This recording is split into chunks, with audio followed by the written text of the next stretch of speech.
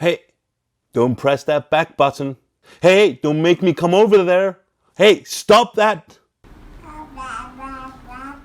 Hi guys, welcome back, and today I want to talk about yelling. Well, the times have changed and we just don't spank our children anymore.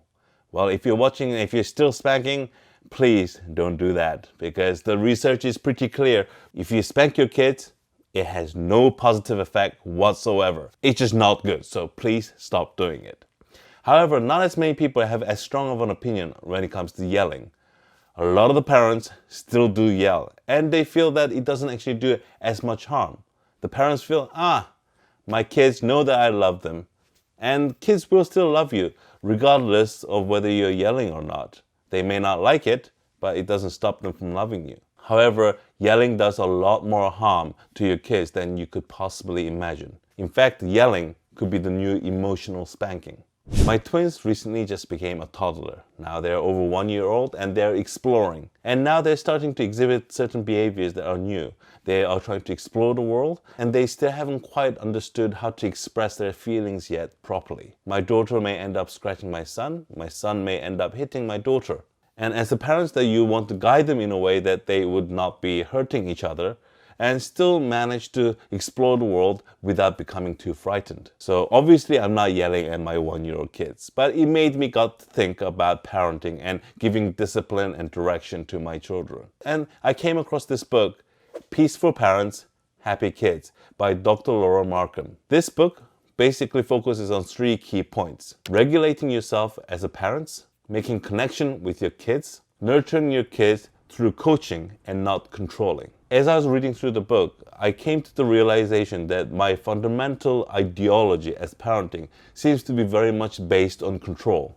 And that seems to be the case with a lot of the parents too. Why do we yell at the children? Because they're not doing what we ask them to do. So we get frustrated, so we start yelling at the kids. And that yelling is based from our feelings of either fear that if we don't do something about this, that they're going to grow up to be a horrible person, or out of frustration because you are not being able to control this little human being that you're supposed to raise well. However, if your goal as a parent is to raise a child that is self-disciplined and happy, then yelling is one of the least effective way. In fact, when you yell at the child, they're not doing those actions or behaviors because they truly understand that that is the right thing to do. They're doing it out of sheer fear. They're scared when the parents are yelling at them. And when the child is scared, the part of the brain that actually deals with learning shuts down completely. And they will respond in a very primal, instinctive way. So yes, yelling will make them do things the way you want them to do. But that is only temporary. In the long run, it's not going to have any positive effect. In fact, it's the very similar effect when it comes to brain chemistry as if you are spanking the kids. Spanking would cause physical pain. Pain is unpleasant, so child will try to avoid it by doing as you say so. Yelling will cause a similar effect as spanking, but emotionally. Yes, the child will follow your direction and do as you say, but they're only doing it to avoid the pain that yelling causes them. So ultimately, they're not learning anything from that experience. If your ultimate goal is just the obedience from your child, yes, yelling will achieve that goal. But that is not parenting. So if we are not supposed to yell and get angry with our kids, how are we supposed to parent? How are we supposed to parent if we're not supposed to punish them by telling them what not to do at that moment? Because obviously what they did was wrong. You need to be able to provide guidance without the threat for compliance. So between 0 to 13 months, the babies are learning their own physiology and learning the world around them. They are explorers, they are the little scientists. They want to learn and observe as much as they can. Make sure that you're not saying no too much to the baby. In fact, only say no when it comes to the matters that directly concerns the safety of the baby or those around her. Because when you start to say no a lot, it discourages them from exploring. This is a time when they need to explore as much as possible to have that little brain develop as fast as they can. So instead of saying no a lot, try to baby-proof as much as you can around the environment the baby will be in. That's what we try to do with our babies too. When we know that they are safe physically, we become less anxious and we start to say no a lot less. And at this point, they don't actually have the intellectual capacity to follow directions the way you want them to follow. Their actions will be very much guided by their natural instincts. So you want to set limits to the baby, but don't set it that it will frustrate the baby. Now, what happens when the baby becomes a toddler between 13 months to 3 years old? This is the infamous period where the baby will start to say no to a lot of the things that you say as parents. And that's not surprising because around the 13th month, they start to develop their self-awareness and they want to be more assertive about their feelings. However, they don't know exactly how to deal with this feeling yet. And why do they say no so often? Well, actually, there's been a research done at UCLA that showed an average parent says no to a toddler every 9 minutes. That is the reason why the toddler says no a lot to the parents during that time. Don't get me wrong, being able to say no is important. If they don't know how to say no at this period, later on down the line when they become teenagers, they wouldn't know how to say no to inappropriate advances. So do let the toddler say no, as long as it doesn't compromise the safety of herself or those around her. And remember, during the toddler years, just because they can start to speak and able to communicate with you, it doesn't mean they have the ability to think logically like an adult. The part that deals with the logic and restraint, the cerebral cortex, is still developing at this point during their toddler years. So we cannot expect the child to behave in a way that is beyond their age. When the toddler is not behaving in a way that you want them to behave, think it through their perspective.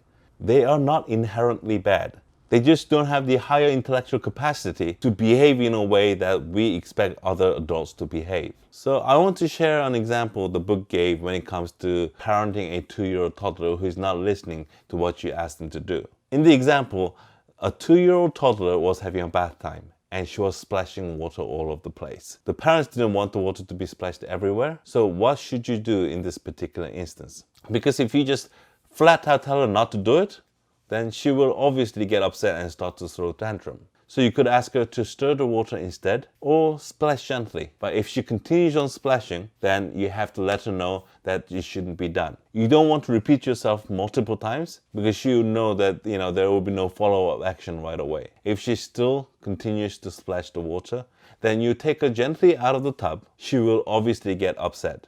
But you want to do it in a manner that it doesn't feel like a punishment. You have to empathize with her feeling. Let her know that you understand that she is sad, that she can no longer play. But you can reassure her that she can try it again tomorrow. You empathize with the feeling, but you're still setting limits. So she learns the consequences of the action without getting angry at the parents.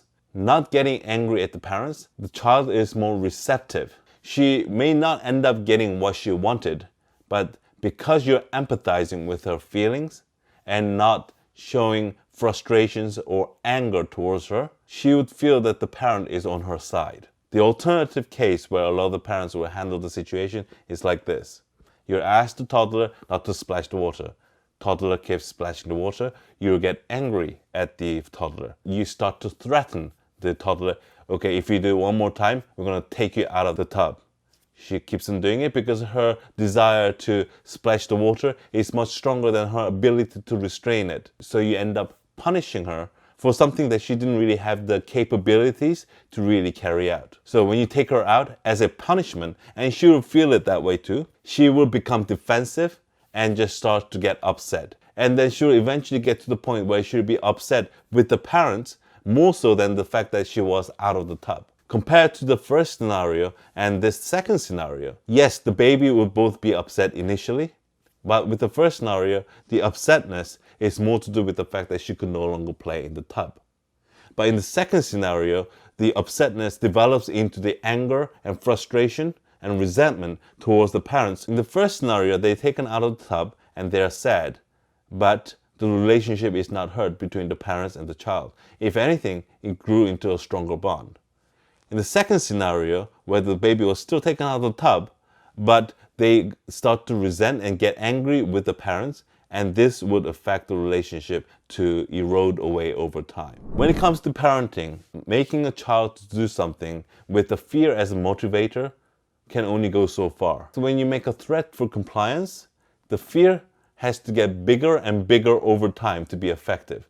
And eventually, it's going to become ineffective. However, when you approach it in a way that the motivator is out of love and empathy, over time, it will get stronger and stronger. So when it comes to making actions and guidance as a parent, think deeply about what you are trying to achieve here. Do you just want your child to do as you say? Or do you want to guide them in a way they actually learn from this experience? I'm still a new parent and I still have a lot to learn. And I am reading these resources because I want to become a better parent. The idea that the parenting stemming from love and empathy rather than fear and control really appeals to me. And I hope it does to you. Guys, if you liked what I shared today, please hit that like button and subscribe for more information that I'm going to share in the future. Like always, thank you so much for watching my video, and I hope to see you next time. Happy parenting.